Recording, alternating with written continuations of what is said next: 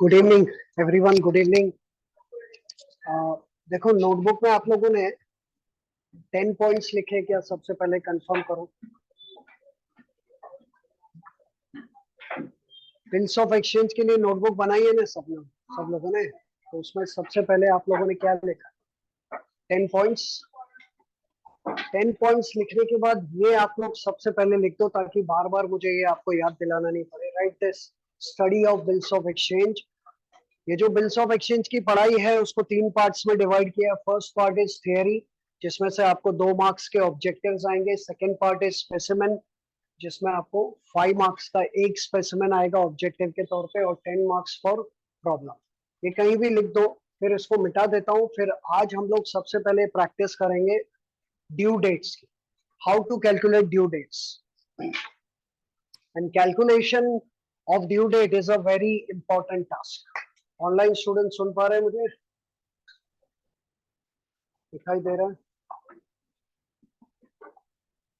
Vitthal,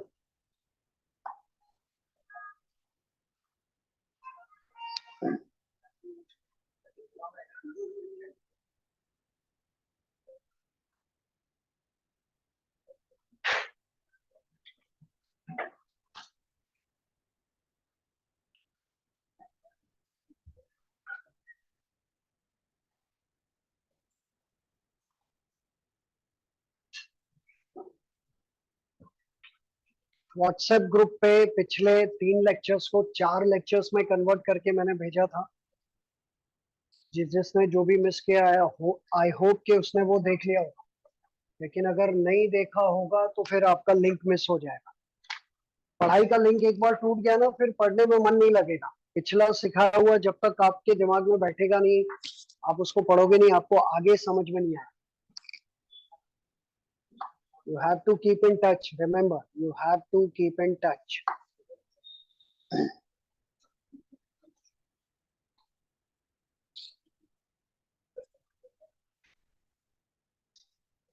10 points जिन लोगों ने नहीं लिखे, वो आसपास के जिनकी बुक कंप्लीट हो उनकी बुक में से कॉपी करके लिख लेना, या फिर मैं फिर से एक बार फोटो भेज दूंगा 10 smart points related to bills of exchange. WhatsApp group पे कॉपी कर लेना। बिल्स ऑफ एक्सचेंज की पढ़ाई हम लोग 3 पार्ट में कर रहे हैं। फिलहाल हमारा ये पहला पार्ट चल रहा है, थियरी पार्ट, जिसमें से बोर्ड एग्जाम में ऑब्जेक्टिव्स आएंगे 2 मार्क्स के। और कल से हमारा फर्स्ट सेकंड साथ में चलेगा। So tomorrow I start this specimen format. कितने मार्क्स का आएगा? 5 मार्क्स। तो उसकी भी तैयारी चलेगी और थोड़ा थियरी। क्या लगातार थियरी अगर हम पढ़ेंगे तो ऑब्वियसली बोर हो जाएंगे आप लोग, मैं भी बोर हो जाऊंगा। तो फिर कल से थोड़ा प्रैक्टिकल थोड़ी थियरी, इस तरह से करेंगे। ठीक है? 10 डेज में हमको ये चैप्टर खत्म करना है। अगले हफ्ते से टाइमिंग बढ़ेगा, लेकिन अगले 2 दिन तक टाइमिंग सेम है, कोई चेंज नहीं है। 15 अप्रैल तक यही शेड्यूल हमारा रहेगा, यही टाइम रहेगा। ओके, लिख लिया सबने? चलो, अभी आज की पढ़ाई आपके सामने है। हम लोग ने लास्ट टाइम शुरू किया था important terms related to bills of exchange, और इंपॉर्टेंट टर्म्स में हमने कुछ टर्म्स पढ़े थे। आपको याद दिलाऊं, जैसे टर्म और टेनर। और टेन्योर का मतलब क्या होता है? The period for which bill is drawn. Draft का मतलब क्या होता है? जब तक बिल एक्सेप्ट नहीं होता उसको क्या कहते हैं? Draft. Before the acceptance the bill is called as draft. Days of grace, how many days of grace are allowed as per the law? 3 days। And date of maturity का दूसरा नाम due date. Due date को calculate करने के लिए हमारे पास 2 formulas हैं। ठीक है? एक आफ्टर डेट और एक आफ्टर साइट। और नॉमिनल ड्यू डेट का फॉर्मूला क्या है? What is the formula for nominal due date? लिख दिया सबने? जल्दी। नॉमिनल ड्यू डेट को कैलकुलेट करने का फॉर्मूला क्या है? Date of bill plus period, और उसमें 3 दिन ऐड कर दो तो बिल मिल जाएगा आपको लीगल ड्यू डेट, या फिर एक्चुअल ड्यू डेट, या फिर क्या कहते हैं उसको, डेट ऑफ मेच्योरिटी। ठीक है? हमारे पास 2 टाइप के बिल होते हैं, bill after date and bill after sight. ये थोड़ा रिवाइज करके फिर हम आगे बढ़ते हैं। What you mean by bill after date? चलो, कौन बताएगा? बिल आफ्टर द डेट में हम लोग किसको बेस लेते हैं? कोई बोलना चाहेगा? किसको बेस लेते हैं? डेट ऑफ बिल ड्रॉन या date of bill accepted? Date of bill drawn. What is the date today? आज क्या डेट है? 13 अप्रैल। आज मैं आपके ऊपर बिल ड्रॉ करता हूँ 13 अप्रैल को। तो 13 April will be called as date of bill drawn. लेकिन आपने उसको एक्सेप्ट किया 2 दिन बाद 15 अप्रैल को, तो उसको कहा जाएगा डेट ऑफ बिल एक्सेप्टेड। तो उसके बेसिस पे लास्ट टाइम जो हमने पढ़ा था, लास्ट टाइम थोड़ी प्रैक्टिस आपको मैंने दी थी, आज हम ज्यादा प्रैक्टिस करते हैं। आ जाइए हम लोग कंटिन्यू करते हैं important terms of bills of exchange. GTB page number 262 पे आ जाओ सब जन। 262 पे आप सबने दो फॉर्मूलाज लिख लिए होंगे। एक बार मैं वो उन दो फॉर्मूलाज को रिवाइज कर लेता हूँ। पहला केस ए है, what is case A? Bill after the date. फटाफट pay attention please. Bill after the date का फॉर्मूला क्या है बताओ? बिल आफ्टर द डेट का फॉर्मूला क्या है? डेट ऑफ बिल, बोलो, ड्रॉन प्लस पीरियड या टेन्योर प्लस 3 days। ये फॉर्मूला किसके लिए यूज होता है? After the date. और आफ्टर द साइड के लिए date of bill accepted plus period plus 3 days। Right. अभी एग्जाम में आपको कौन सा पूछा गया है उसके हिसाब से आपको करना, तो थोड़ी प्रैक्टिस करते हैं। और इसमें नंबर ऑफ मंथ्स में आपको दिक्कत नहीं होगी। There will be no issue regarding number of months. Number of days में आपको ध्यान रखना पड़ेगा, किस मंथ में कितने दिन होते हैं वो आपको पता होना चाहिए। तो आ जाइए पेज नंबर 262 पे, कैलकुलेशन ऑफ ड्यू डेट। उसमें हमारे पास देखो पहला एग्जांपल है A, in case of bill payable after date tenure of bill is given in months, ऐसा हेडिंग लिखा है। इसने सॉल्यूशन अपने तरीके से दिया, मैं आपको अपने तरीके से बताता हूँ। Read the question. A bill dated 12th जून, 12 जून की डेट है, on 2019 is payable 2 months after date, calculate the due date of bill। Bill कब ड्रॉ किया? what is the date of bill drawn? 12th जून। कितने पीरियड के लिए? 2 months। और आपसे कहा गया है कैलकुलेट ड्यू डेट। ओके, पहले ध्यान से देखो, इसमें आफ्टर डेट है कि आफ्टर साइट है? आफ्टर डेट वर्ड को अंडरलाइन करो, 2 months आफ्टर डेट को अंडरलाइन करो। अब इसका सिंपल सा फॉर्मूला है, ड्यू डेट को कैलकुलेट करने का सिंपल सा फॉर्मूला। सबसे पहले आपको लिखना है date of bill drawn. What is the date of bill drawn? 12th June. और हमेशा ईयर भी लिखने का, what is the year? 2019। Okay, अब इसमें आपको क्या ऐड करना है? टेन्योर। Tenure is 2 months। जब हम इसमें ऐड करेंगे तो हमको क्या मिलेगा बच्चों? Nominal due date. What is the nominal due date? 12 जून से 12 जुलाई एंड 12 अगस्त। 12 जून के 2 महीने बाद क्या डेट आएगी? 12th August. 12th August 2019 is nominal due date, and how many days of grace? Days of grace are 3। तो 3 दिन ऐड करो तो आपको मिल गया लीगल या फिर एक्चुअल ड्यू डेट। लेकिन लीगल और एक्चुअल ड्यू डेट क्या आ रहा है? 15th August. But 15th August is a national holiday, public holiday. So what is the rule? If the due date falls on national holiday, then payment must be made on the preceding day, one day before, right? तो लिखने का, since 15th August is a public holiday, therefore यहाँ पे आप legal due date लिखो, actual मत लिखो। therefore actual due date will be one day before, यानी 14th अगस्त 2019। इस तरह से 1 मार्क का ऑब्जेक्टिव आ सकता है। इसका भी आंसर वही है, देख सकते हैं आप लोग। 15th अगस्त लिखा है, लेकिन since 15th August is a public holiday on account of independence day, the bill will fall due for payment on 14th August, that is on the preceding day. समझ में आया? लेकिन उसके बाद वाला जो है वो थोड़ा अलग है।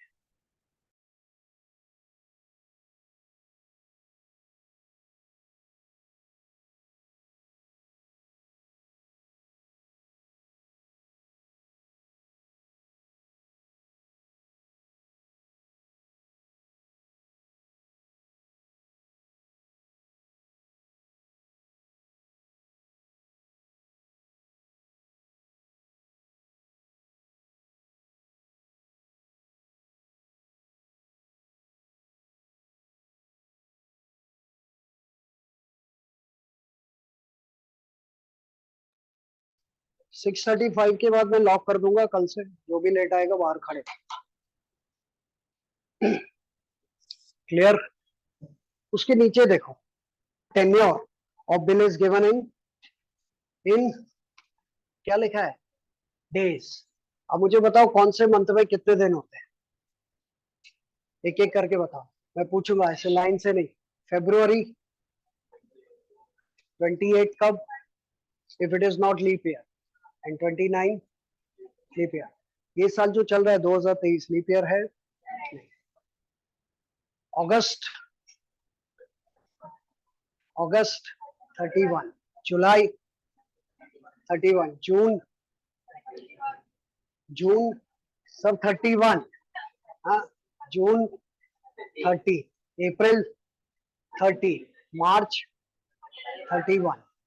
याद रखने का, नहीं तो ये एक मार्क जाएगा, फिर क्या होगा, 100 में से 99 ही मिलेगा, एक मार्क कम मिलेगा। ठीक है, पे अटेंशन। हाँ चलेगा। और ये भी हो सकता है कि 100 में से एक मिल रहा हो तो 0 मिले। 100 में से एक मिलने वाला था लेकिन एक मार्क का रॉन्ग हो गया तो 0 मिल गया। नंबर ऑफ डेज का एक एग्जांपल है। Tenure of bill is given in days. A bill dated 14 December 2019 is payable 90 days after. अब यहाँ पे सबको ध्यान देना पड़ेगा, नहीं तो गड़बड़। और आज मैं इसी की प्रैक्टिस आप सबको करवाने वाला, मेहनत में यहाँ पे करूंगा बोर्ड पे, आप लोगों को सिर्फ गिन गिन के मुझे बताना पड़ेगा। एक सॉल्व एग्जांपल है आपके सामने। Bill dated 14 December 2019 is payable 90 days after the date. What is the date of bill? Date of bill 14th December and it is payable after, what is the tenure? 3 months लिखा है कि 90 days लिखा है? 90 days. Calculate the due date of bill. आपको कहा गया है calculate the due date of bill. चलो यहां से लाइन से बताओ, सबसे पहले क्या लिखने का आपको, date of bill what drawn. What is the date of bill drawn? 14th December। Year कौन सा है? अभी कैलेंडर बदल जाएगा ना, जब दिसंबर से आप जनवरी फरवरी काउंट करोगे। अब इसके अंदर आपको क्या ऐड करना है? टेन्योर। अब टेन्योर नंबर ऑफ मंथ्स है या नंबर ऑफ डेज है? नंबर ऑफ डेज है, तो वो इतना इजी नहीं है। अब आपको 90 डेज गिनना पड़ेगा। मैंने लास्ट टाइम भी बताया था, आज और प्रैक्टिस करेंगे, ध्यान दो सब्जेक्ट। दिसंबर कितने का होता है? 31। 31 में से कितने दिन बीत चुके हैं? 14। तो अभी आपको लाइन से टोटल 90 डेज चाहिए। जो टोटल पीरियड होगा ना आपका, वो कितने दिन का होगा? 90 डेज। तो दिसंबर के कितने दिन बचे वो बताओ। दिसंबर टेन्योर, सॉरी, दिसंबर के कितने दिन बचे? 17, 17 डेज। एम आई राइट? क्योंकि टोटल दिसंबर में कितने मंथ्स होते हैं, सॉरी कितने डेज होते हैं? 31 में से जो बीत गया वो नहीं, उसके बाद जो बचे वो 17 दिसंबर के बाद। लेकिन ये दिसंबर क्या है? 2019। उसके बाद जनवरी 2020 हो जाएगा कि नहीं? कितने दिन का होता है ये? 31 डेज। ध्यान रहे आपका टोटल 90 होना चाहिए। 17 और 31 कितना हो गया? 48। मतलब 90 अभी दूर है। उसके बाद यहां पर ध्यान दो, February 2020 is a leap year कि नॉन लीप ईयर? ये नहीं किया तो गलत हो जाएगा आपका। ध्यान से, हमको टोटल कितने डेज तक जाना है? 90 डेज। अब तक कितने दिन हो गए? 48 डेज हो गए। 48 डेज और कितने दिन बाकी है? 42। 90 चाहिए ना टोटल, 42 बाकी। अब यहाँ पे इंपॉर्टेंट बात, ये 2020 कौन सा ईयर है?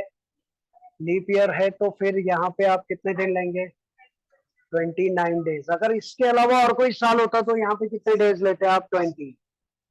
ठीक है, कितने हुए थे अपने? 48, 48, 58, 68, 78, 77 डेज। 48 में 29 ऐड करो, कितने दिन हो गए? 77। कितने डेज चाहिए हमको? 90। और कितने दिन लेंगे 77 में? और कितने लेंगे? 13 डेज। तब जाके आपका ये 90 डेज का पीरियड पूरा होगा कि नहीं? तो 13 डेज कौन से मंथ के लिए आपने? मार्च 2020। आया समझ में? 90 डेज हो रहा है पूरा। ठीक। अब ये 13 डेज में, मार्च के 13 डेज में लास्ट नंबर क्या है? 13। तो जो लास्ट नंबर है ना, उसको बोलने का नॉमिनल ड्यू डेट। तो what is the nominal due date? 13th March 2020, और इसमें डेज ऑफ ग्रेस कितना है? 3। तो कितना हो गया? 16th मार्च। आंसर आ रहा है देखो इसका, legal due date. Legal due date इसने अपने तरीके से किया होगा, लेकिन फाइनल आंसर देखो सेम आ रहा है, 16th मार्च। इसने बीच में एक और कॉलम बनाया, दिख रहा है एक्चुअल डेज, कौन से मंथ में कितने दिन होते हैं उसके डेज लिखे हैं। तो कितने हैं? दिसंबर में 31 है, जन में 31 है, फरवरी में कितना लिखा है इसने? 29, और मार्च में 31। वो लिखने की जरूरत नहीं है, आप ब्रेन में रखो ना इसको, टाइम क्यों वेस्ट करने का। 1 मार्क का आएगा, आपको सीधा आंसर ही लिखना होता है, आपको ये मेथड नहीं समझा। You have to write the answer जब तक आपको कैलकुलेट द फॉलोइंग करके नहीं आता। So ultimately the formulas are same, date of bill plus tenure plus 3 days. लेकिन सवाल ये है कि डेट ऑफ बिल ड्रॉन है या डेट ऑफ बिल एक्सेप्टेड है। डेट ऑफ बिल ड्रॉन कब लेने का? After the date. Date of bill accepted कब लेने का? After the sight. देखो नेक्स्ट बी दिख रहा है आपको, in case of bill payable after sight. Bill payable after sight का फॉर्मूला क्या है बोलो? बिल पेबल आफ्टर साइट का फॉर्मूला क्या है? Date of bill accepted plus tenure plus 3 days. ठीक है, लिखा है। और इसमें नीचे इसमें कुछ लिखा है, बी दिख रहा है आपको नीचे, be in case of bill payable after site method of calculation of due date is same after date and after sight. Only the difference is that term of bill is counted from the date of acceptance and not from the date of drawing in case of bills payable after sight. In formula आप सब में लिखा हुआ है दोनों। ठीक है, example देखो, अ बिल डेटेड 27 दिसंबर 2019। बिल के ऊपर डेट क्या है? 27 दिसंबर 2019 is payable after 2 months after sight. It was accepted on 31st December. आपके पास 2 डेट्स है, ध्यान से देखो बच्चे लोग, 2 डेट्स है। बिल ड्रॉ कब हुआ? 27 दिसंबर 2019, और आगे लिखा it was accepted on 31st दिसंबर। यानी मैंने आप पे बिल ड्रॉ किया 27 दिसंबर को, लेकिन आपने उसको एक्सेप्ट कब किया? 31st। तो कौन सी डेट को बेस लेंगे? अगर बिल आफ्टर द डेट है तो 27, और आफ्टर द साइट है तो 31। यस, तो लिखा है इसमें calculate the due date of bill. Okay, तो यहाँ से स्टार्ट करेंगे। सेम चीज है, लेकिन फॉर्मूला में आपको क्या लिखना चाहिए बताइए। डेट ऑफ बिल ड्रॉन के बदले क्या लिखे? Date of bill accepted. तो डेट ऑफ बिल एक्सेप्टेड क्या लिखूं? 27 दिसंबर लिखूं या 31st दिसंबर? 31st दिसंबर ईयर कौन सा है? 31st December 2019. Now tell me what is the tenure? Number of months है कि number of days है? Number of months है कि number of days है? अगर number of months है तो easy है, number of days है तो आपको थोड़ी मेहनत करनी पड़ेगी। कितने months है? 2 months। तो tenure is only 2 months। तो अभी 2 months को आप 60 days 61 days में कन्वर्ट मत करो, सीधा डेट टू डेट। 31st दिसंबर के हाँ ये भी इंपॉर्टेंट है, 31st दिसंबर के 1 महीने बाद क्या डेट है? 31st दिसंबर 2019 के 1 महीने बाद क्या डेट है? 31st जनवरी 2020, उसके 1 महीने बाद क्या डेट है? So you got to tell me nominal due date क्या लेंगे 2 महीने का? 31st दिसंबर से 31st जैन, और 31st जैन से 31st फेब नहीं, फेब की लास्ट डेट क्या है? 28 या 29? क्यों 29? 2020 इज अ लीप ईयर 2020, तो यहाँ पे नॉमिनल ड्यू डेट क्या आएगी? 29th February 2020 and plus 3 days, यानी 3rd March 2020 आपका क्या हो गया? Legal due date. Check it out, the answer on the next page. Answer is on the next page, check it out. Is it 3rd March 2020? Clear? तो थोड़ी practice करते हैं हम लोग। अब इसको लेकर ये हमारा ये एक पार्ट हो गया, अभी हमको कैलकुलेशंस ऑफ ड्यू डेट देखना है। इसके बाद आइए सीधा जीटीबी का पेज नंबर 305, उस पे ऑब्जेक्टिव्स एग्जाम में पूछे गए ऑब्जेक्टिव्स 305 पेज पे है। 305 पेज पे आपको जे दिख रहा है, जे ऑब्जेक्टिव्स में अल्फाबेट्स दिए होंगे। पेज नंबर बराबर बोला मैंने, 305 पे दिख रहा है J, J for jug, complete the following table करके दिख रहा है। जे के अंदर कितने सब क्वेश्चन है? दो है। पहला है कंप्लीट द फॉलोइंग टेबल में एक नंबर 1 है और दूसरा नंबर 2 है। ये दोनों में अभी आपको ड्यू डेट्स ढूंढनी है। अब ये पूरा टेबल आपको कंप्लीट करना है। पेंसिल रखो सब साथ में, सबको आंसर्स लिखने। आपको एग्जाम में ऐसा आएगा, आपको मैंने पेपर पैटर्न बताया था। पेपर पैटर्न में आपको क्वेश्चन नंबर 1 ऑब्जेक्टिव है। क्वेश्चन नंबर ऑब्जेक्टिव में 5-5 मार्क्स के 10 क्वेश्चन है, उसमें से कोई भी 4 आएंगे। तो वो 10 में आपने ये देखा होगा कंप्लीट द फॉलोइंग टेबल। आपको एक टेबल दिया होगा, इनकम्प्लीट होगा, आपको कहा जाएगा कंप्लीट का। अब यहाँ पे टेबल पूरा का पूरा किसका है? ड्यू डेट का ही। एक में मिस्टेक है। अगर आप सबके पास लेटेस्ट गवर्नमेंट टेक्स्ट बुक होगी तो शायद वो मिस्टेक नहीं होगी, लेकिन किसी के पास पुरानी बुक हो तो प्रिंटिंग मिस्टेक होगी। मैं बताता हूँ क्या है। चलो एक एक करके प्रैक्टिस करते हैं। One thing is quite clear कि हमारा फॉर्मूला जो चलेगा वो यूनिवर्सल रहेगा। देखो मैं टेक्निक आपको समझाता हूँ। आपको भी रफ में अगर प्रैक्टिस करनी हो तो सबसे पहले आपको ये लिख लेने का, डेट ऑफ बिल। अगर आफ्टर डेट है तो इसके आगे क्या लिखोगे? ड्रॉन। और आफ्टर साइट है तो एक्सेप्ट। इसमें क्या ऐड करना होता है आपको? टेन्योर। और टेन्योर में अगर मंथ्स है तो डायरेक्ट लिख लो, लेकिन डेज है तो फिर आपको वो सब दिसंबर जनवरी में कितने डेज है वो लिखना पड़ेगा। और इसमें टेन्योर ऐड करके आपको क्या मिलेगा?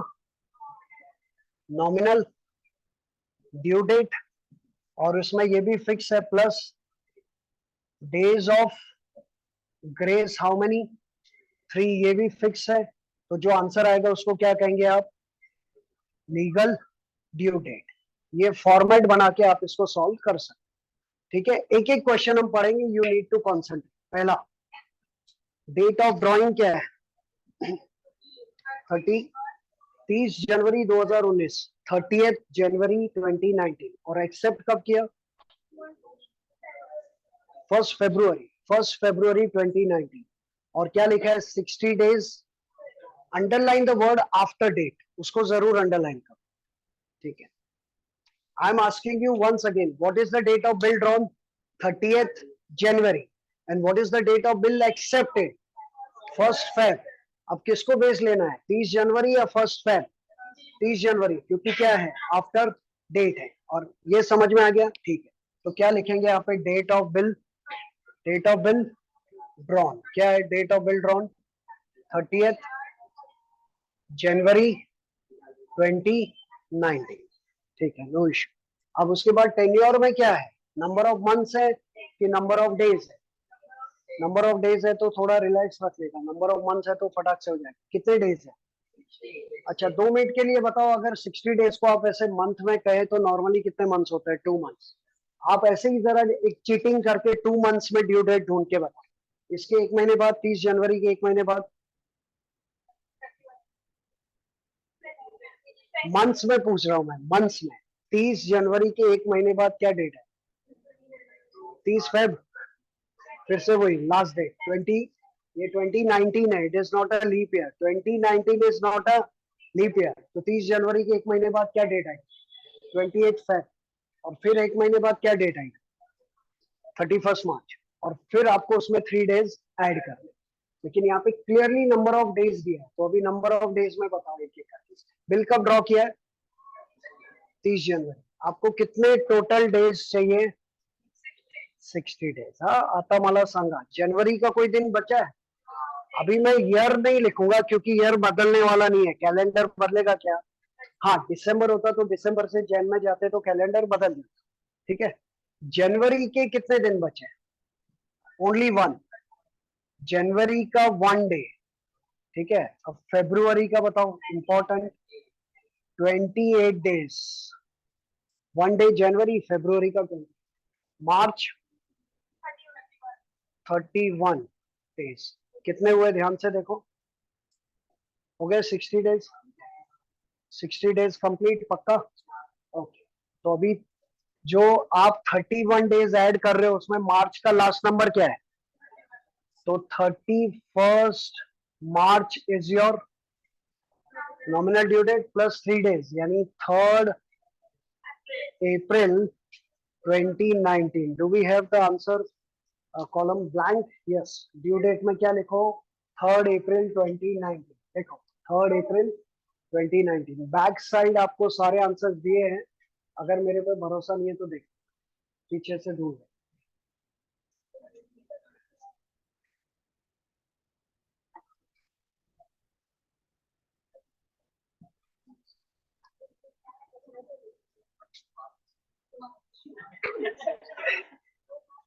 क्या हुआ? चलो अभी स्पीड. उसके बाद क्या है? उसके बाद वाला अभी आप लोग अपने हिसाब से कैलकुलेट करके बताओ मुझे. I am asking you. चलो solve it on your own. Number 2 आप लोग पढ़ेंगे, फिर मैं उसको बोर्ड पे सॉल्व कर. आप लोग पढ़ो, चाहो तो रफ में नोटबुक में सॉल्व कर सकते हो, लेकिन अगर नंबर ऑफ मंथ्स है तो आई डोंट थिंक कि आपको नोटबुक की जरूरत है. डायरेक्ट बता.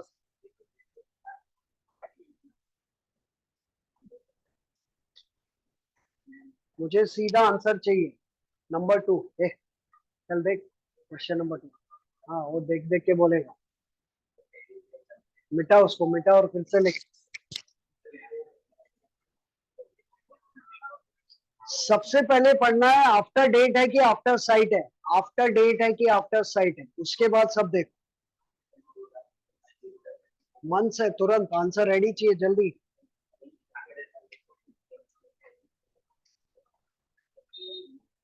यस सानुजा, क्या आंसर आ रहा है?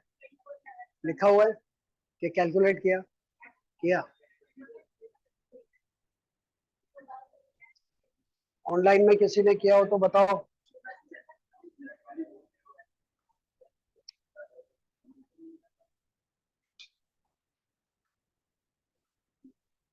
अगर नंबर ऑफ मंथ्स है तो आपको पेन पेंसिल की जरूरत ही नहीं है, उंगली पे गिन सकते हो. अच्छा देखो कैसे करने का मैं बताता हूँ. पहले बताओ आफ्टर डेट है कि आफ्टर साइट है? आफ्टर साइट में किसको बेस लेने का? Date of bill accepted. किस किस दिन एक्सेप्ट हुआ बिल? देखो डेट बताओ. 21 वॉट? अगस्त.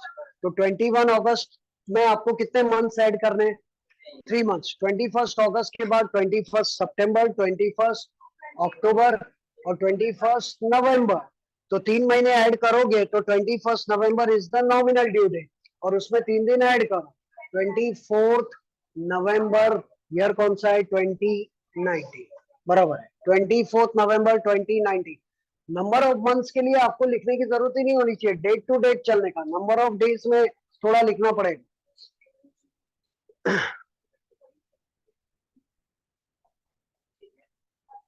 24 नवंबर 2019 लिखा.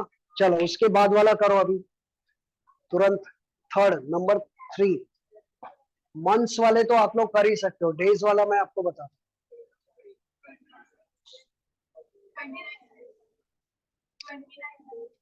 कौन सा थर्ड का? किसको बेस लिया? That is always matters. That always matters. After date है कि आफ्टर साइट है? आफ्टर डेट में किसको बेस लेंगे? Date of bill drawn. Date of bill drawn क्या है देखो. Yes and if you have confusion you can ask me. ऐसा नहीं है कि सबको आ रहा है तो सबको आना चाहिए. कुछ डाउट है? आंसर देना था. बोलो क्या आंसर? 25 जैन. क्योंकि 26 जनवरी आ रहा है क्या ऐसे? 25 ही आ रहा है. 26 जनवरी आ रहा है. इस public holiday so it is 1 day before. ठीक है सब जन देखो इधर. आपके पास दो डेट है. डेट ऑफ बिल ड्रॉन क्या है? 23 दिसंबर और एक्सेप्टेड 26. अब आफ्टर डेट है कि आफ्टर साइट है? तो किसको बेस लेंगे? 23 को. 23 व्हाट? दिसंबर. उस 23 दिसंबर के 1 महीने बाद क्या डेट आएगी? 23 जनवरी. 23 जनवरी. उसमें 3 डेज ऐड करो तो क्या आएगा? 26 जनवरी. कैलेंडर बदल जाएगा. 26 जनवरी 2020 is a national holiday, public holiday on account of Republic Day. So actual due date will be 25th 25th जनवरी 2020. लिखो 25 जनवरी 2020. अच्छा फोर्थ के अंदर एक प्रिंटिंग मिस्टेक है. फोर्थ में डेट ऑफ ड्राइंग क्या छपा है? 28 जनवरी 2019 छपा है किसी की बुक में. 28 जनवरी 2019 को 28 जनवरी 2020 करो. It is 28 Jain 2020, it is not 2019। अगर किसी के बुक में 2019 छपा है, ओल्ड बुक में 2019 छपा है, फोर्थ 28 जनवरी 2020, ओके, और एक्सेप्ट किया 28 जनवरी 2020, तो सेम ही डेट हुआ ना। अब इसमें चाहे आफ्टर डेट हो या after sight, there is no confusion. क्या है, 1 मंथ। हाँ बोलो फटाफट। 2 मार्च कैसे? 28 जनवरी कौन सा है? 2020। 28 जनवरी के एक महीने बाद क्या डेट है? 28 फरवरी। और फरवरी कितने डेज का होगा? 29, because it is a leap year. तो 28 फरवरी के बाद और 3 दिन गिनोगे तो कौन से 3 दिन? 29 Feb, 1 March, 2 March. Answer is 2 March, right. 2 मार्च 2020, 2 मार्च 2020। लेकिन मुझे बताओ माय डियर स्टूडेंट्स, मेरे प्यारे विद्यार्थियों, मुझे बताओ अगर ये 2020 की जगह पे मैं 2019 कर दूं तो क्या डेट आती?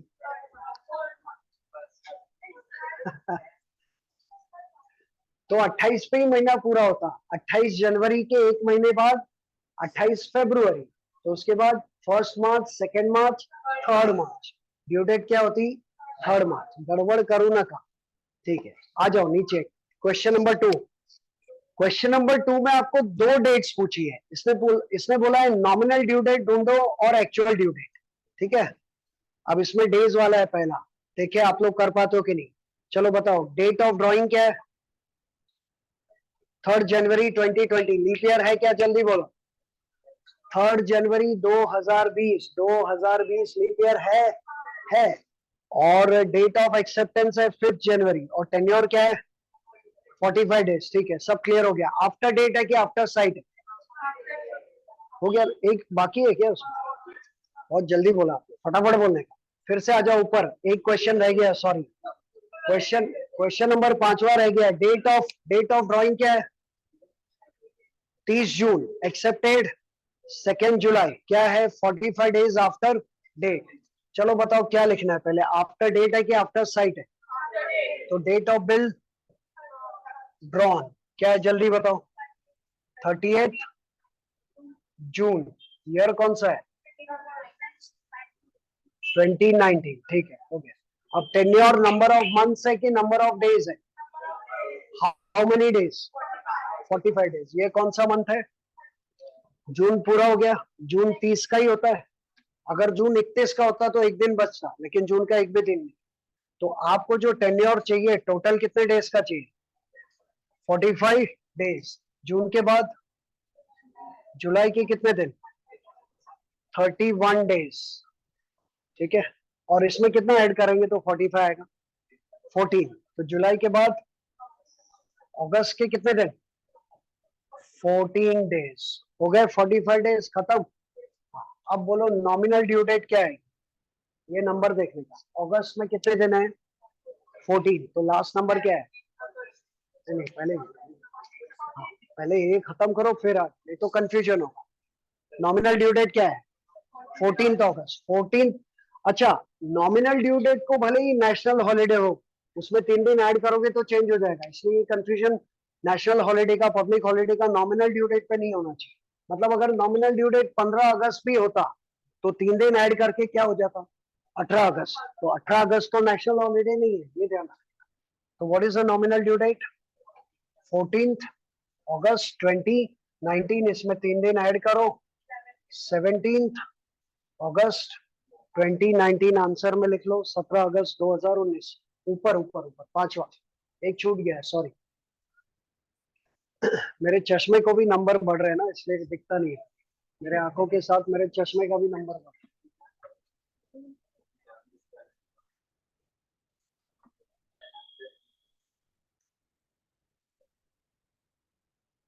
चलो अभी नीचे आप लोग फर्स्ट वाला करके बताओ मुझे, कैसे भी रफ में लिख के मैं पूछूंगा, उसके बाद जवाब देना।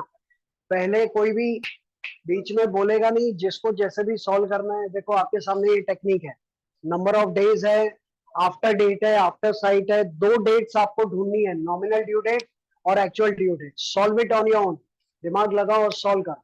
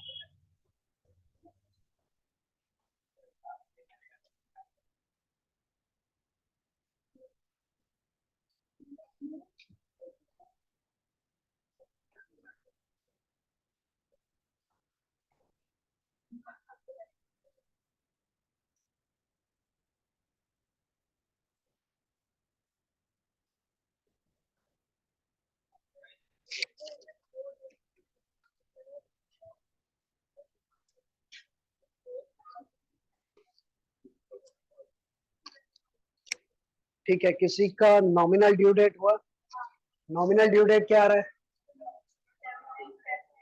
17 फेब, ईयर कौन सा? 2020, 17 फरवरी 2020 नॉमिनल ड्यू डेट, करेक्ट है। उसमें ऐड किया 3 डेज, 20 फरवरी 2020। ठीक है, अब बताओ कि आप लोगों ने सॉल्व कैसे किया? डेट आफ्टर डेट है कि आफ्टर साइट है? तो किसको बेस लेने का? Date of bill drawn. चलो चलो, जिसका नहीं हुआ इधर देख के बताओ, डेट ऑफ बिल ड्रॉन क्या है? डेट ऑफ बिल ड्रॉन क्या है बोलो? 3 जनवरी 2020 के 20। ठीक है, ये होगा। ये शुरुआत गलत तो सब गलत हो जाए कि डेट ऑफ बिल ड्रॉन है या डेट ऑफ बिल एक्सेप्ट है। अब नंबर ऑफ मंथ्स है कि नंबर ऑफ डेज? कितने डेज? 45 डेज। ठीक है, बताओ जनवरी कितने का होता है? 31 में से कितने हो गए? 3 दिन हो गए। 31 में से 3 माइनस करो तो जैन में कितने डेज बचे हैं? सबको आना चाहिए समझ में। पहला सवाल, जनवरी में कितने दिन होते हैं, उसमें से कितने दिन बीत चुके हैं, तो कितने बचे हैं? 28। तो जनवरी का हो गया 28 डेज। आपको टोटल कितने डेज चाहिए? तो 28 में और कितना ऐड करोगे? 16 के 17? 17, 17 पक्का। तो जनवरी के बाद फरवरी के कितने दिन?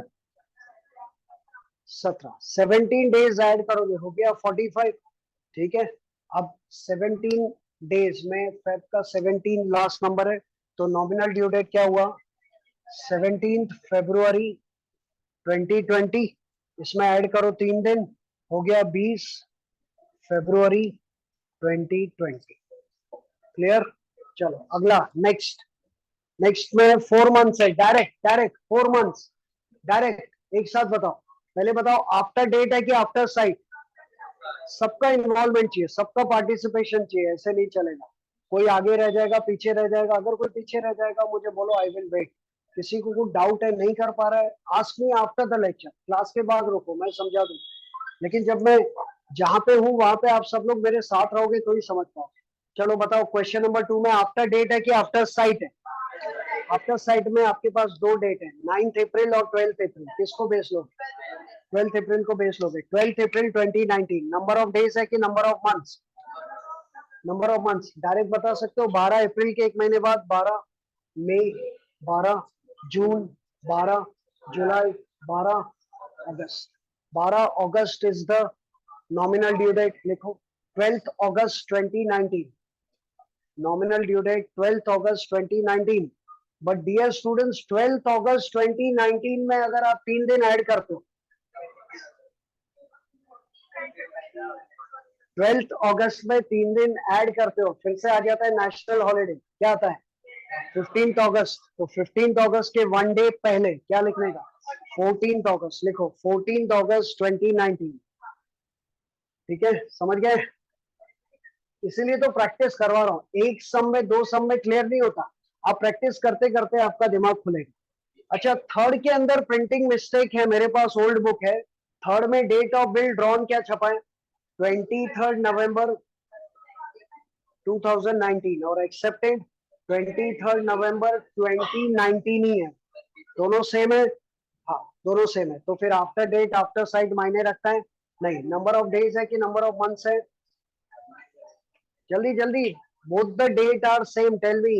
एक्सेप्टेड, दोनों डेट सेम है क्या? क्या है डेट? 23 नवंबर, दोनों सेम है। ओके, अब चाहे आफ्टर डेट हो आफ्टर साइट फर्क नहीं पड़ता, क्योंकि आपका बेस क्या रहेगा? 23 नवंबर। मंथ्स है कि डेज है? मंथ्स। तो 23 नवंबर के 1 महीने बाद 23 जनवरी, लेकिन कैलेंडर बदल जाएगा।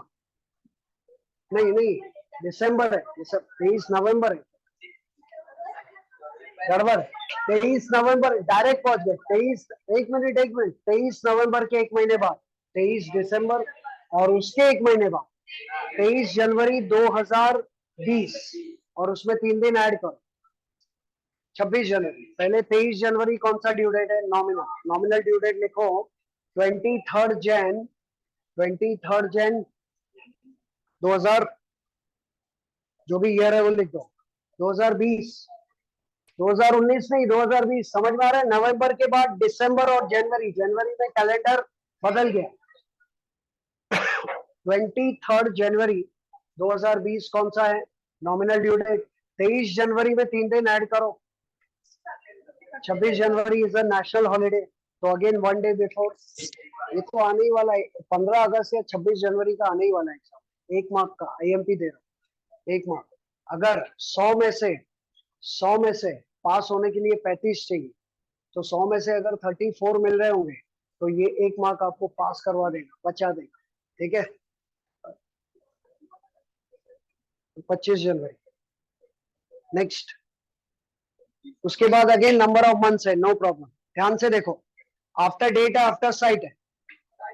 आफ्टर साइट किसको बेस लोगे, 16 अगस्त या 20 अगस्त? 20th अगस्त। 20th अगस्त में कितने मंथ्स ऐड करोगे? 4। बताओ, 20 अगस्त के बाद 20 सितंबर, 20 अक्टूबर, 20 नवंबर, 20, तो 20th December 2019 is the nominal due date. Nominal due date लिखो 20th दिसंबर 2019 और उसमें 3 दिन ऐड करो, 23rd। कैलेंडर बदलेगा नहीं जब तक जनवरी नहीं आएगा कैलेंडर बदलेगा नहीं। 2019 23rd दिसंबर 2019। ओके,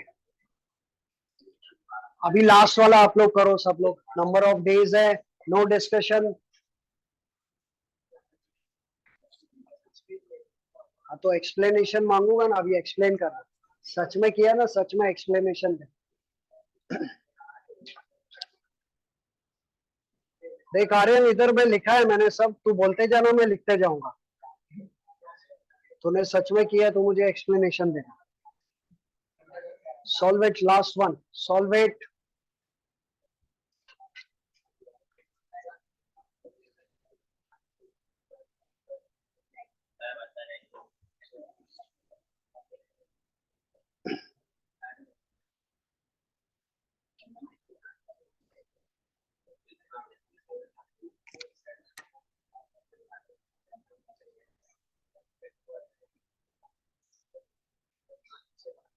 यस आशिका, क्या आंसर आ रहा है? नॉमिनल ड्यू डेट आपका 21 फेब और legal due date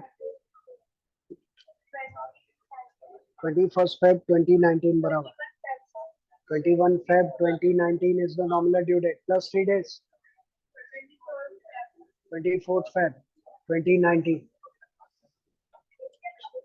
21 February 2019 is the nominal due date. उसमें 3 दिन ऐड करो, 24 फरवरी 2019। अब किया कैसे बताओ? डेट ऑफ बिल किसको बेस लिया है? डेट ऑफ बिल क्या, ड्रॉन या एक्सेप्टेड?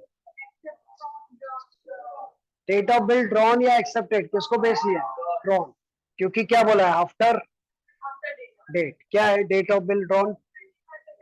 23 दिसंबर 2018। And what is the total tenure? 60 days. किया है ना आप लोगों ने? तो बताओ अभी जवाब दो। 23 दिसंबर, दिसंबर के 23 दिन चले गए, कितने का होता है दिसंबर? दिसंबर कितने का होता है? 31। उसमें से 23 माइनस करो, तो दिसंबर के कितने डेज बचे? 8 डेज। उसके बाद जनवरी के कितने बचे? लेकिन जनवरी में कैलेंडर बदल जाएगा, ये 2018। 31 डेज कितने हो गए टोटल? 39। हमको कितना चाहिए टोटल? 60। टोटल 60 डेज चाहिए, ये कितने हो गए? 39। 39 में कितना ऐड करोगे? 21। यानी फरवरी के 21 डेज। 21 डेज में लास्ट नंबर 21, तो नॉमिनल ड्यू डेट क्या है? 21 February 2019 plus 3, 24 February 2019 is the actual due date. इस तरह से आपको सॉल्व करना है। Number of days is more important. Number of months तो आप डायरेक्ट कर सकते हो, नंबर ऑफ डेज में रिस्क मत लेना, गड़बड़ हो जाएगा, आंसर मिसमैच करेगा। Now tell me all clear? Due date सबको समझ में आ गया? ड्यू डेट दो टाइप के होते हैं, एक होता है आफ्टर डेट और एक होता है आफ्टर साइट।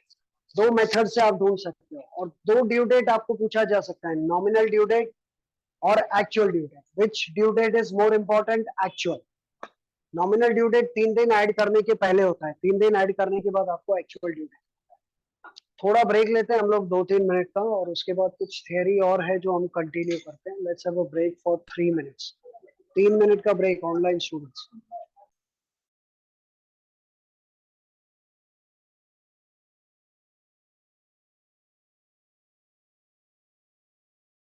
हमारे कौन काम के बेटा। ओके, आगे बढ़ते हैं। अभी सुनो सुनो, ए फोन रख, चले फोन रख, इधर ध्यान दे। अभी अगले 2 दिन में जो हम लोग करेंगे उसका एजेंडा बता दूं। अगले 2 दिन में हम लोग शुरू करेंगे फॉर्मेट स्पेसिमेन।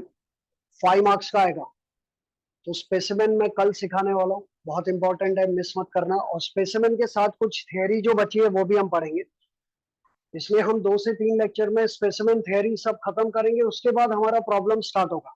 प्रॉब्लम के लिए ड्रॉर और ड्रॉई की बुक में 25-25 एंट्रीज हमको सीखनी पड़ेगी। एक लेक्चर में हम लोग ज्यादा से ज्यादा 10 एंट्रीज सीख सकते हैं, मतलब कम से कम 3 लेक्चर्स जाएंगे जिनमें हमको ड्रॉर क्या एंट्रीज पास करता है, ड्रॉई क्या एंट्रीज पास करता है।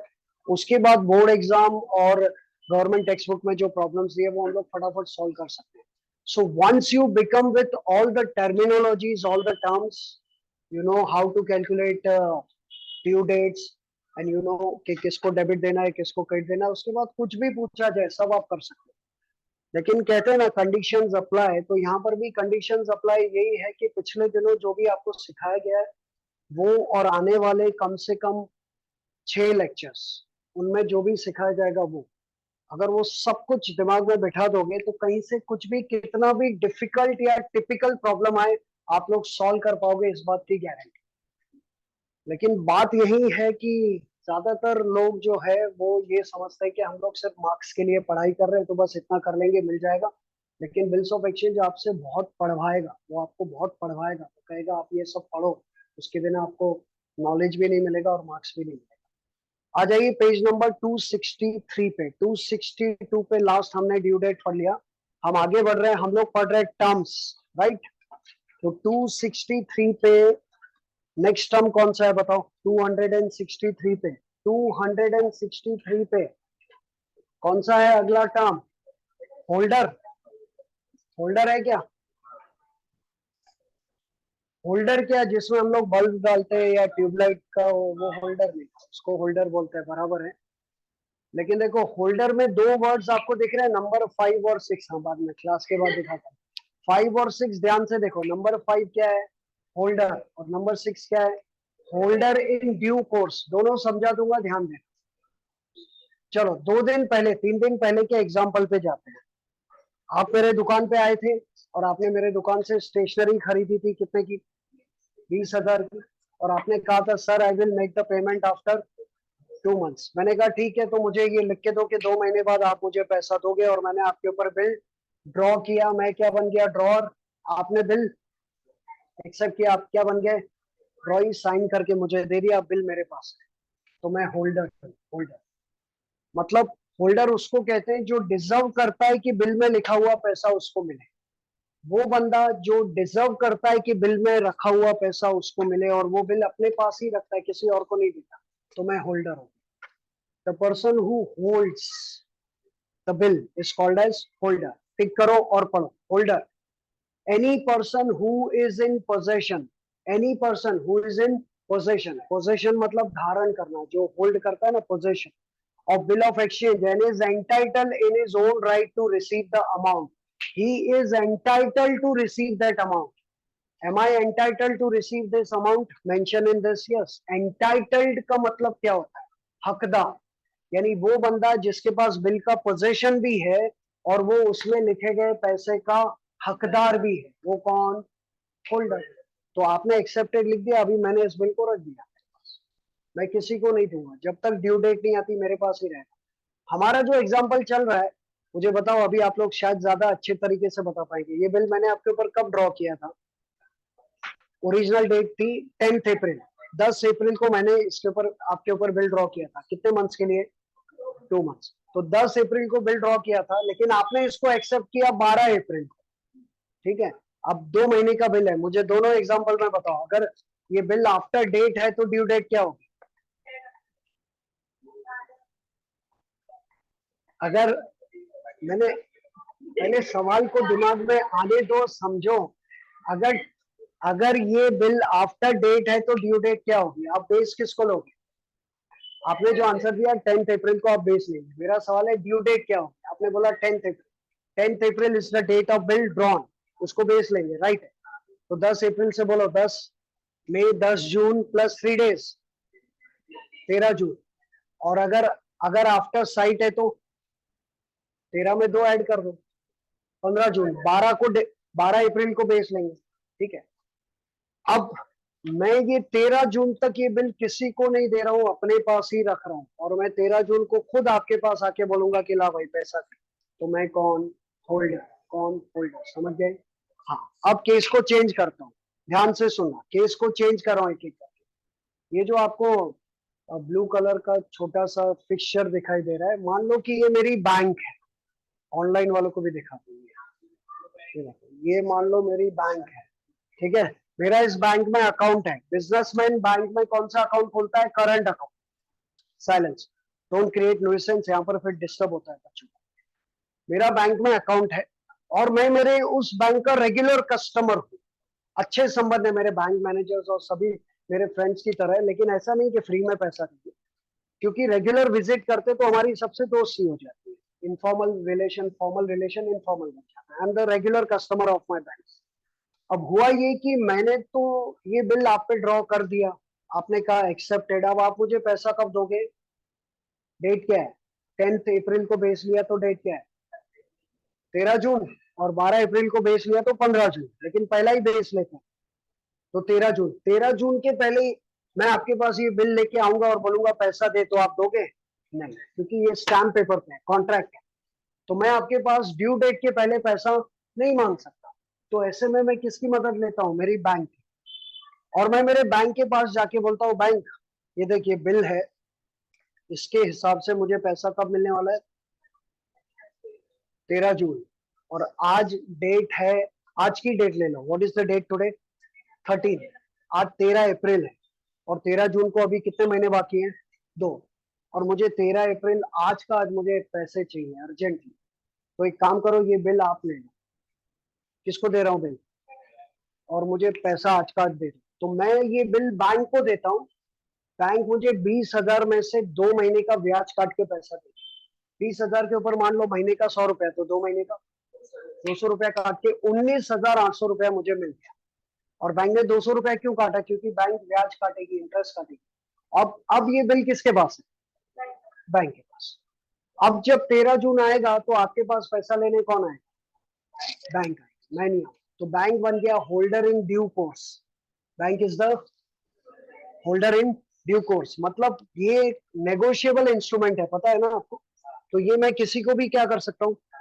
तो जिस बंदे को दूंगा मैं ये नेगोशिएबल इंस्ट्रूमेंट, वो बंदा भी होल्डर बन जाएगा, उसको कहेंगे होल्डर इन ड्यू कोर्स।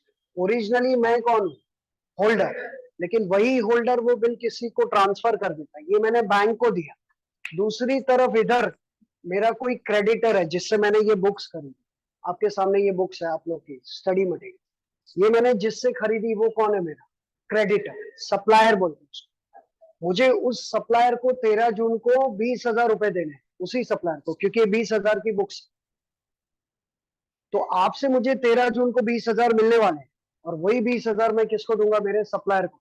तो मैं क्या करता हूँ, ये बिल ही दे देता कि भाई तू ले ले, और 13 जून को इसके पास जाना और पैसा ले लेना, वो दे। इन दोनों केसेस में मैंने पहले बिल किसको दिया और बाद में बिल किसको दिया? सप्लायर को। क्योंकि ये बिल क्या है? नेगोशिएबल, किसको भी ट्रांसफर।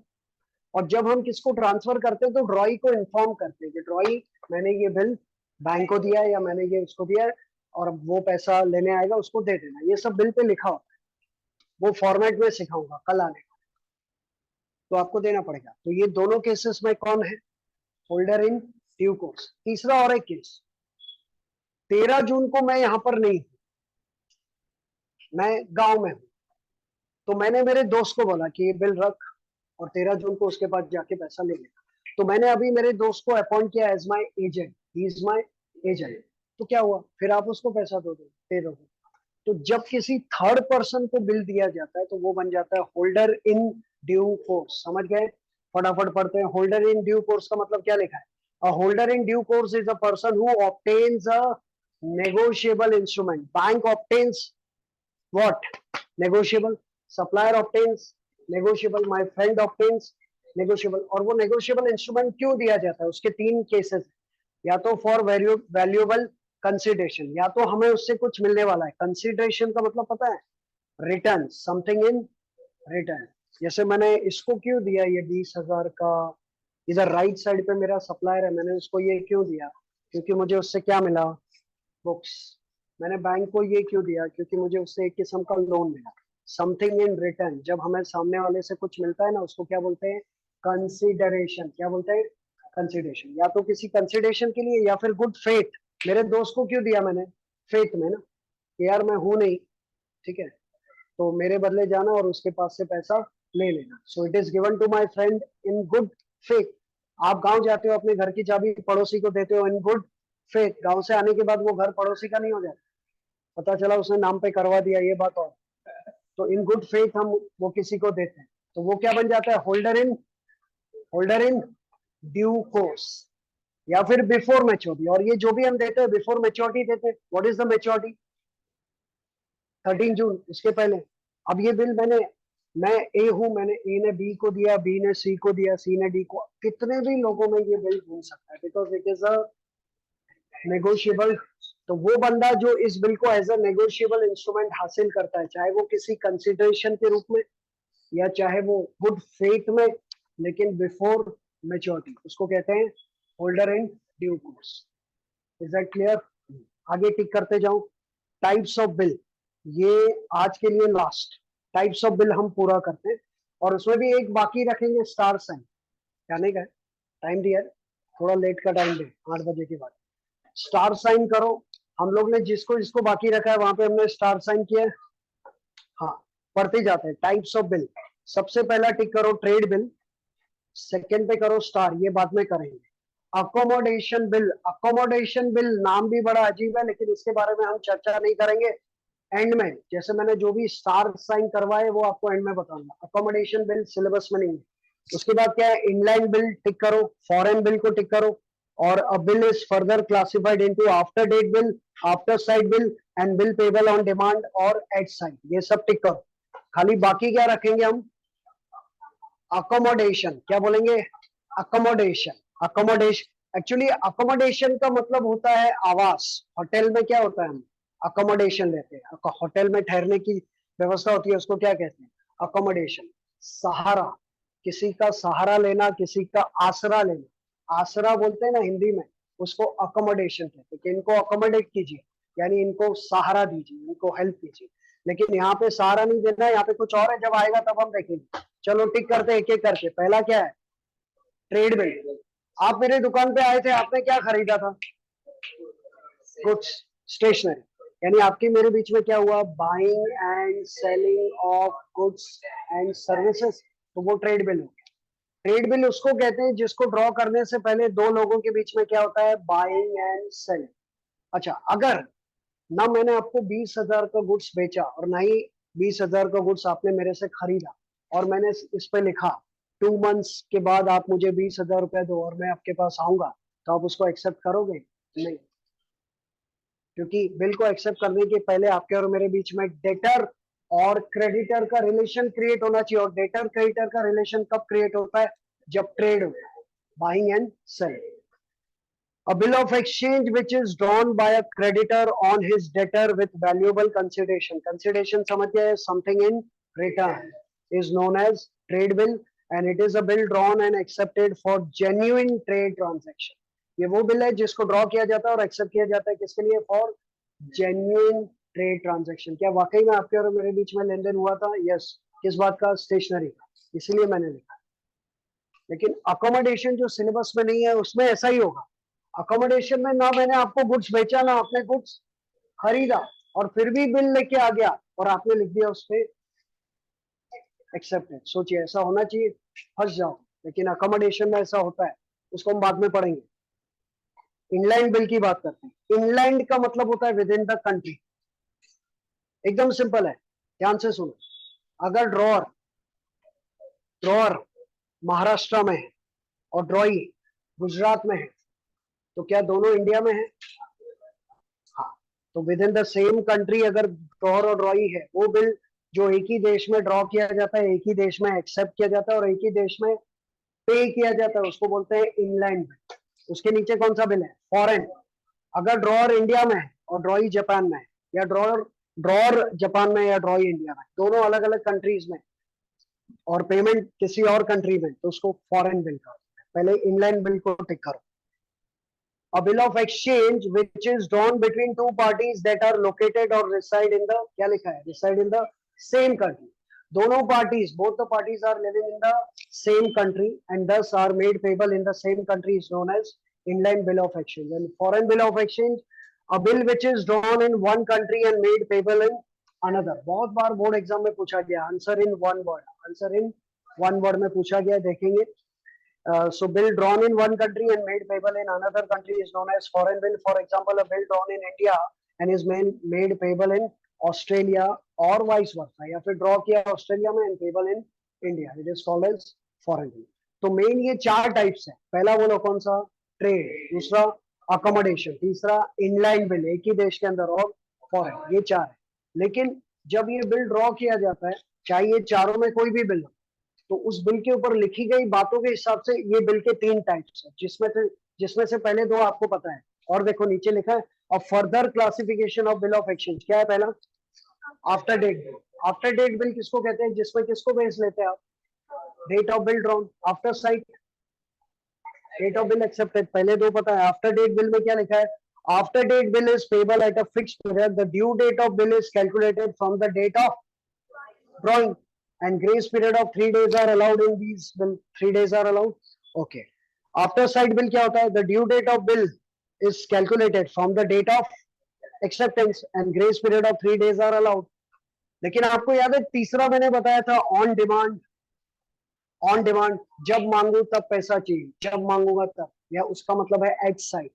उसमें ड्यू डेट नहीं होती, उसमें 3 days ऑफ ग्रेस भी नहीं होता। तो आपने मेरे पास से 20,000 का कुछ खरीदा और मैंने लिखा mister Y on demand pay to me और my order the sum of ₹20,000, तो आप फंस गए, क्योंकि इसमें कोई ड्यू डेट नहीं है, जब मांगूंगा पैसा देना पड़ेगा। और इट इज वो एडवाइजेबल है नहीं और कोई एक्सेप्ट करेगा भी नहीं, क्योंकि वो बोलेगा भाई अभी मैंने एक्सेप्ट कर दिया, तो कल आ जाएगा मांगने, फिर फायदा क्या होगा? आज ही आ जाएगा रात को 12 बजे, पैसा दे, मेरे को चाहिए इमरजेंसी। तो इस तरह का बिल कोई यूज नहीं करता है। लेकिन क्या करे, कई बार लोग है ना दूसरे की मजबूरी का फायदा उठाते हैं। अब सामने वाले को पैसे की सख्त जरूरत है, बहुत जरूरत है, तो वो देने वाला बोलेगा चल मैं देता हूँ, लेकिन मैं 10% लूंगा ब्याज। मार्केट में 2% पे मिलता है, बोलता है 10% लूंगा। बोला हाँ चल चलेगा, लेकिन मैं जब मांगूंगा चाहिए मेरे को। बोले हाँ भाई ले ले। उसको बेचारे को इमरजेंसी है, वो क्या करे? तो लोग मजबूरी का फायदा उठाने के लिए इस तरह का बिल ड्रॉ कर सकते हैं, जिसका नाम है बिल पेबल ऑन डिमांड या at sight. Don't get confused between after sight and at sight. After sight में 3 days है, आफ्टर साइट में किसको बेच लेते हैं? एक्सेप्टेंस को, प्लस टेन्योर प्लस 3 days। लेकिन एट साइट में कोई पीरियड नहीं होता, उसमें 3 days नहीं होते। Last, bill payable on demand or at site. These bills are payable immediately on presentation to the drawing. On presentation to the drawing. आप ड्रॉई हो, ओके, कल आपने बिल एक्सेप्ट किया था और मैं आज आ गया, ले भाई ये ले बिल, चलना पैसा दे। जब प्रेजेंट करोगे ड्रॉई के सामने बिल लेके आओगे, ड्रॉई को पैसा देना पड़ेगा। Time period is not mentioned on these bills. Also 3 days grace days are not allowed for such bills. Clear? लेकिन इसके आगे हमको क्या सीखना है? देखो लिखा है ऑनरिंग ऑफ बिल क्या होता है, डिसऑनरिंग ऑफ बिल क्या होता है। देखो नेक्स्ट पेज पे, नोटिंग ऑफ डिसऑनर क्या होता है, प्रोटेस्टिंग क्या होता है, नोटरी पब्लिक क्या होता है, नोटिंग चार्जेस क्या होता है, फिर रिटायरमेंट क्या होता है, रिन्यूअल क्या होता है, ड्रॉई इंसॉल्वेंट हो गया तो क्या करे रिकवरी के लिए, कौन से कोर्ट में जाके केस दर्ज होता है। कहानी बहुत लंबी है, पूरी नहीं हुई है, it is just a break in between. लेकिन इसके आगे का हम अगले लेक्चर में करेंगे, ठीक है। समझ में आया जितना भी पढ़ा सबको, एवरीवन? ओके, ठीक है, तो आज की पढ़ाई हम यहीं पे रोकते हैं। ऑनलाइन स्टूडेंट्स किसी को पूछना है कुछ? Any questions? I am waiting. No questions, तो लेक्चर यहीं पे रोकते हैं। ऑनलाइन स्टूडेंट्स कल मिलते हैं सेम टाइम।